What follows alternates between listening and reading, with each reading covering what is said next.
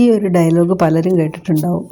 ഞങ്ങളുടെ വീട്ടിലെ ഇഡലി പട്ടിക്കിട്ടെറിയാൻ കൊള്ളാമെന്ന്, അല്ല ഇവളുണ്ടാക്കുന്ന ഇഡലി പട്ടിക്കിട്ടെറിയാനേ കൊള്ളുള്ളൂ എന്ന് പറയുന്ന ഒരു ഡയലോഗ് പലരും ഇത് പറയുന്നത് കേട്ടിട്ടുണ്ട്. അപ്പോൾ അങ്ങനെയുള്ളവർക്ക് വേണ്ടിയിട്ടുള്ളതാണ്. ഇതുപോലെ ഒന്ന് ഇഡലി ഉണ്ടാക്കാൻ പഠിച്ചു, നല്ല സോഫ്റ്റായിട്ട് ഫ്ലഫി ആയിട്ടുള്ള ഇഡലി ഇനി ഉണ്ടാക്കി കൊടുക്കാം. ഇനി ആരും ആ ഡയലോഗ് പറയില്ല. ചോറ് അരയ്ക്കാതെ തന്നെ നല്ല സോഫ്റ്റായിട്ട് ഉണ്ടാക്കിയെടുക്കാം. അപ്പോൾ നമുക്ക് കണ്ടു നോക്കാം. ആദ്യം തന്നെ പച്ചരി എടുക്കാം. സാദാ പച്ചരിയാണ് എടുത്തിരിക്കുന്നത്.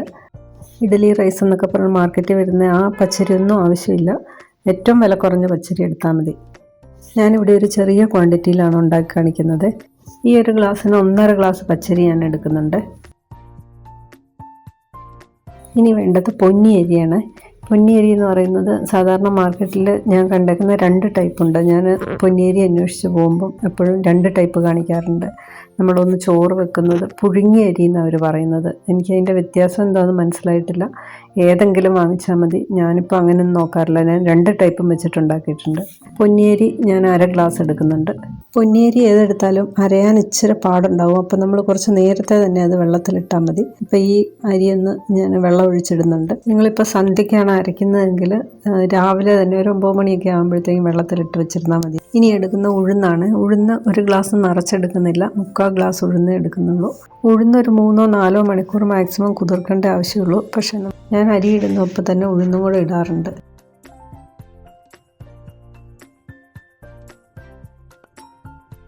ഇനി വേണ്ടത് ഒരു 1/4 ഗ്ലാസ് ചൗവരിയാണ്. അത് ഈ ഉഴുന്നിൻ്റെ ഒപ്പം തന്നെ ഇട്ട് കൊടുക്കാം. ചൗവരി വാങ്ങുമ്പോൾ എപ്പോഴും ശ്രദ്ധിക്കണം, നല്ല ഫ്രഷ് ആയിട്ടുള്ള ചൗവരി വാങ്ങാനായിട്ട്. ചൗവരിയാണ് നമ്മുടെ ഇഡലിക്ക് നല്ല കളറും സോഫ്റ്റ്നെസ്സും ഒക്കെ തരുന്നത്. ചൗവരി ഇട്ടുണ്ടാക്കുന്ന ഇഡലിക്ക് എപ്പോഴും നല്ല വൈറ്റ് കളറായിരിക്കും. നമ്മൾ ചോറ് ചേർത്തരയ്ക്കുമ്പം ഇഡലിക്ക് ഇത്രയും കളറുണ്ടാവില്ല. ചെറിയ പുളി ഉണ്ടാവില്ല. ചോറ് ചേർക്കുമ്പോൾ ആ പുളി ഉണ്ടാവില്ല ഇഡലിക്ക് ഇതിന്. ഇനി ചേർക്കുന്ന 1 ടേബിൾ സ്പൂൺ ഉലുവയാണ്. ഉലുവ ചേർക്കുമ്പം ഇഡലിക്ക് ഒരു പ്രത്യേക ടേസ്റ്റ് ഉണ്ട്. ഇനി ഈ ഉഴുന്ന് ഇപ്പം തന്നെ ഞാൻ കഴുകി റെഡിയാക്കി വെക്കുന്നുണ്ട്. ഉഴുന്ന് കഴുകി വെള്ളം ഒഴിച്ചിടുമ്പോൾ ആ വെള്ളത്തിൽ തന്നെയാണ് ഞാൻ അരി ഉഴുന്നും വൈകുന്നേരം ആകുമ്പോൾ അരയ്ക്കുന്നത്. അരി അരയ്ക്കുന്ന സമയത്ത് മാത്രമേ കഴുകി എടുക്കാറുള്ളൂ, വെറുതെ വെള്ളത്തിൽ കുതിർത്ത് വയ്ക്കുകയുള്ളൂ. അപ്പോൾ ഇത് ഞാൻ നന്നായിട്ടൊന്ന് കഴുകി എടുക്കുന്നുണ്ട്. ഇപ്പം കഴുകിയെടുത്ത് നല്ല വെള്ളം ഒഴിച്ചിട്ടിട്ടുണ്ട്. ഇനിയിപ്പോൾ ഇതൊന്ന് അടച്ച് വയ്ക്കാം. വൈകുന്നേരം ആകുമ്പം ഈ വെള്ളത്തിൽ തന്നെ 2 അരച്ചെടുക്കാം. അപ്പോൾ ഇതെല്ലാം കൂടെ അളവ് നോക്കിയാൽ ഒരു 3 ഗ്ലാസ്സേ വരുള്ളൂ. അരി ഉഴുന്നും ചൗവരിയും എല്ലാം കൂടെ കൂട്ടി 3 ഗ്ലാസ്. ഇനി ഉഴുന്നെടുക്കുമ്പോൾ എപ്പോഴും ശ്രദ്ധിക്കണം, ബോൾ ഉഴുന്ന് തന്നെ എടുക്കണം. എന്നാലേ ആ നല്ല സോഫ്റ്റായിട്ടുള്ള ഇഡലി കിട്ടുള്ളൂ. മാവും കൂടുതലുണ്ടാവും. പിന്നെ ഗ്രൈൻഡറിൽ അരയ്ക്കുന്നവരാണെങ്കിൽ ഉഴുന്നിൻ്റെ അളവ് കുറച്ച് കുറയ്ക്കാം. ഞാനിവിടെ മിക്സിയിൽ തന്നെ അരച്ചെടുക്കുന്നത്. അതുപോലെ ഗ്രൈൻഡറിലാണെങ്കിൽ മാവ് ചൂടാവില്ല. മിക്സിയിലാണെങ്കിൽ ഇടയ്ക്കൊന്ന് നിർത്തി വെച്ചിട്ട് വേണം അരയ്ക്കാൻ.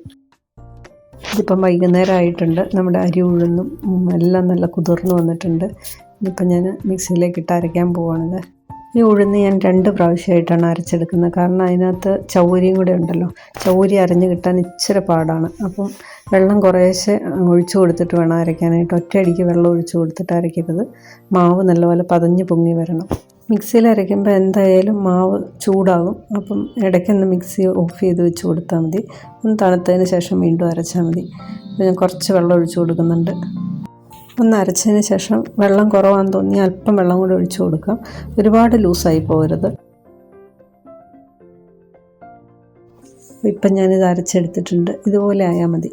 തരി ഒട്ടും ഉണ്ടാവരുത്. നല്ല സോഫ്റ്റായിട്ട് തന്നെ അരയ്ക്കണം. എന്നാൽ വെള്ളം കൂടി പോവുകയും ചെയ്യരുത്. ഇതൊന്ന് ഒഴിച്ചു വെച്ചിട്ട് ഞാൻ അടുത്തതും കൂടി ഒന്ന് അരച്ചെടുക്കാം. എപ്പോഴും ഇഡലിക്ക് അരയ്ക്കുമ്പോൾ ശ്രദ്ധിക്കേണ്ട ഒരു കാര്യം, മാവിനകത്ത് വെള്ളം കൂടി പോകരുത്. ഇനി ഈ മാവ് തന്നെ നമുക്ക് ദോശയ്ക്ക് എടുക്കണമെങ്കിൽ ആ സമയത്ത് കുറച്ച് വെള്ളം കൂടെ ചേർത്ത് കൊടുത്താൽ മതി. ഇപ്പോൾ ഉഴുന്ന് മുഴുവനായിട്ട് ഞാൻ അരച്ചെടുത്തിട്ടുണ്ട്. ഇനി അരിയും കൂടെ അരച്ചെടുക്കാം. മിക്സിയിൽ അരയ്ക്കുമ്പോൾ എപ്പോഴും ഉണ്ടല്ലോ, കുറേശ്ശെ ഇട്ട് കൊടുത്ത് അരച്ച് കഴിഞ്ഞാൽ മിക്സി ഒരുപാട് അങ്ങ് ചൂടായി പോവില്ല.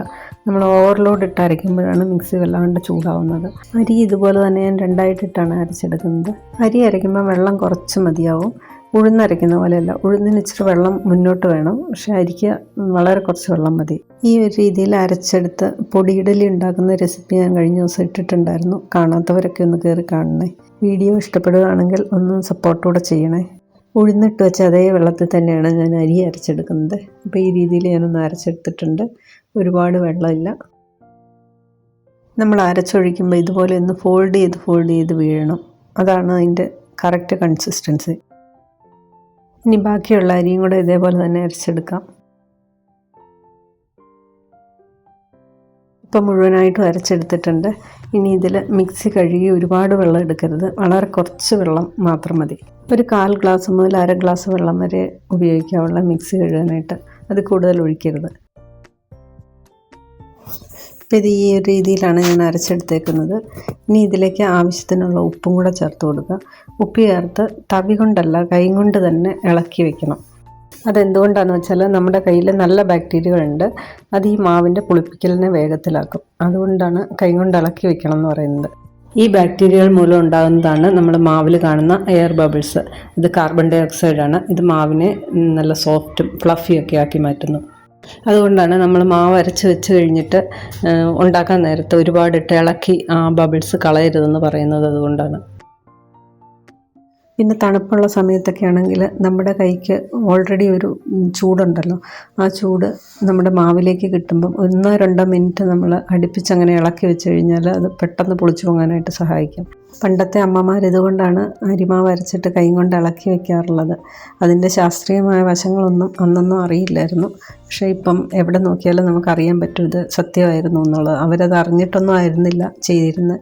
പക്ഷെ ഇങ്ങനെ കൈ കൊണ്ട് ഇളക്കി വയ്ക്കുമ്പം ഇത് നന്നായിട്ട് പൊങ്ങി വരും, അല്ല ഇത് നല്ല സോഫ്റ്റായിട്ട് കിട്ടും എന്നൊക്കെ അവർക്കും അറിയാമായിരുന്നു. ഇതേക്കുറിച്ച് കൂടുതൽ കാര്യങ്ങൾ അറിയാവുന്നവരുണ്ടെങ്കിൽ ഒന്ന് കമൻറ്റ് ചെയ്യണേ. ഇനിയിപ്പോൾ ഇതൊന്ന് മൂടി വയ്ക്കാം. ഇപ്പോൾ ഒരു സന്ധ്യയ്ക്ക് ഒരു 6:30 മണിയായിട്ടുണ്ട്. ഇനിയിപ്പോൾ ഇത് രാവിലെ തുറന്ന് നോക്കാം.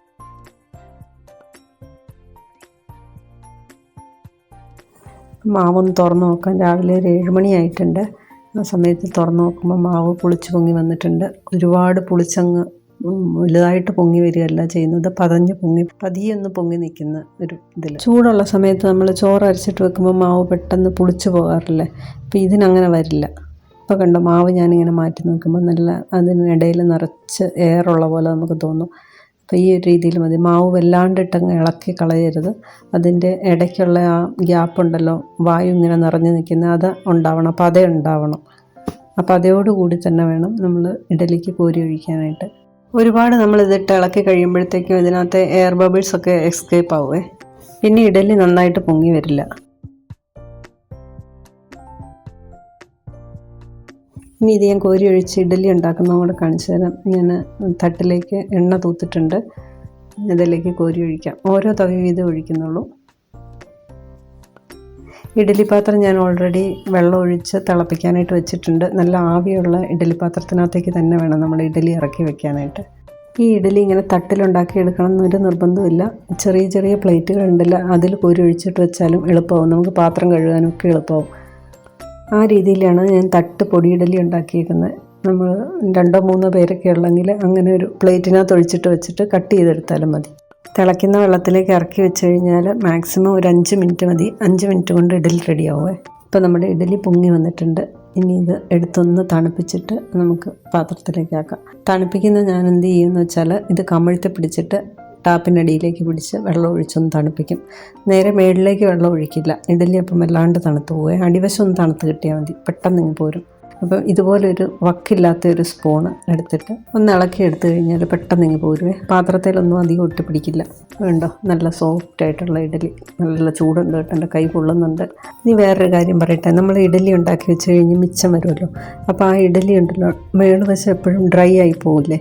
അപ്പോൾ അങ്ങനെ പോകാതിരിക്കാനായിട്ട് നല്ല മൽമലിൻ്റെ തുണി ഉണ്ടെങ്കിൽ ഒന്ന് നനച്ചിട്ട് പിഴിഞ്ഞ് കളഞ്ഞിട്ട് ചെറിയ നനവോടുകൂടി ആ ഇഡലിയുടെ മേളിലൊന്ന് പൊതിഞ്ഞ് വെച്ച് കഴിഞ്ഞാൽ നല്ല ഫ്രഷായിട്ട് ഇരിക്കും ഇഡലി. അപ്പോൾ ഇതുപോലെ എല്ലാ ഇഡലിയും ഞാൻ കുത്തിയെടുത്തിട്ടുണ്ട്. നല്ല ഫ്ലഫി ആയിട്ടാണ് ഇരിക്കുന്നത് ഇഡലി, നല്ല സ്പോഞ്ച് പോലെ ഉണ്ടോ. ഒന്ന് അമർത്തി കഴിഞ്ഞാൽ നമ്മുടെ കൈ അതിനകത്തേക്ക് കിഴിഞ്ഞിറങ്ങിപ്പോകും, അതുപോലെയാണ് ഇരിക്കുന്നത്. അപ്പോൾ എല്ലാവരും ഒന്ന് ട്രൈ ചെയ്ത് നോക്കിയോ ഇതേ രീതിയിൽ. ഇനി ആരും നിങ്ങളോട് പറയില്ല നിങ്ങളുടെ ഇഡലി പട്ടിക്കിട്ട് എറിയാമെന്ന്. അപ്പം ധൈര്യമായിട്ട് ഉണ്ടാക്കിക്കോ ഇതേപോലെ.